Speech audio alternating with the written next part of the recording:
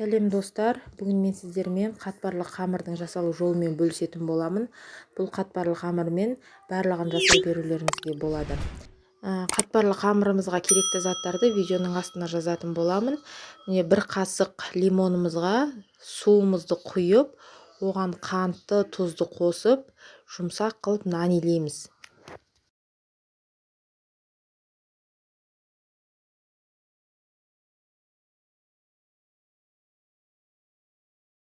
Енді нан илемес бұрын біз мына сармайымыздың үстіне бір 2-3 қасық ұн салып қоямыз. Қазір бұл сармайды осы ұнмен араластыратын боламыз. Сармайымыз бөлме температурасында болу керек. Себебі біз қазір ұнмен араластырғанда жұмсақ болғаны жақсы.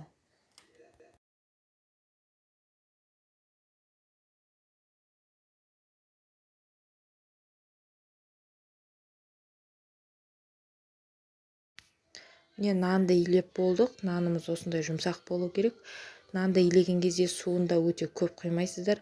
Су былжырап қалса, нанымыз қатты болып қалады. Ал егер суымыз аздау болса, онда ол кезде де нанымыз дұрыс шықпайды. Сол үшін суды өзінің мөлшерімен ғана құюымыз керек.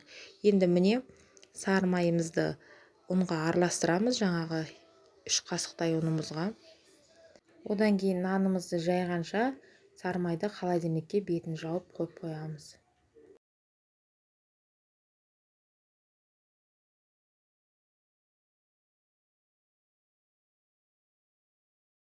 Енді жаңағы нанымызды бір 5-10 минут тындырамыз да демалдырып қоямыз.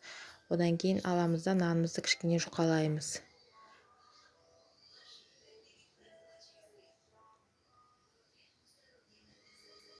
Нанды қатты жұқалаудың қажеті жоқ, 4-5 мм-дей болса болады. Бұл қамырды барлығына қолдана беруге болады. Тортқа, пирогқа, круассан, рогалики сияқты түрлі дәмділерді жасай беруіңізге болады.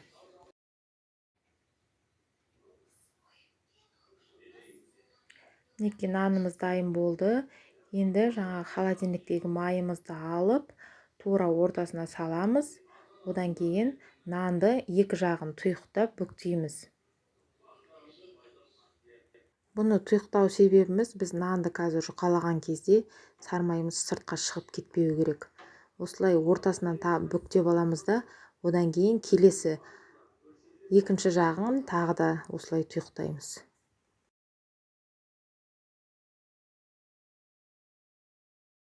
Осылай жабыстырамыз видеодағыдай. Енді осы нанымызды жұқартамыз.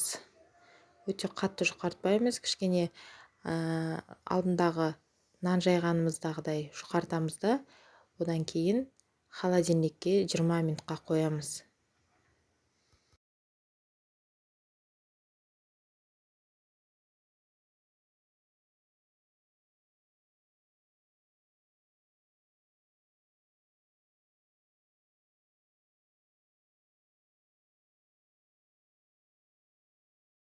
Міне тағы да солай қайталаймыз.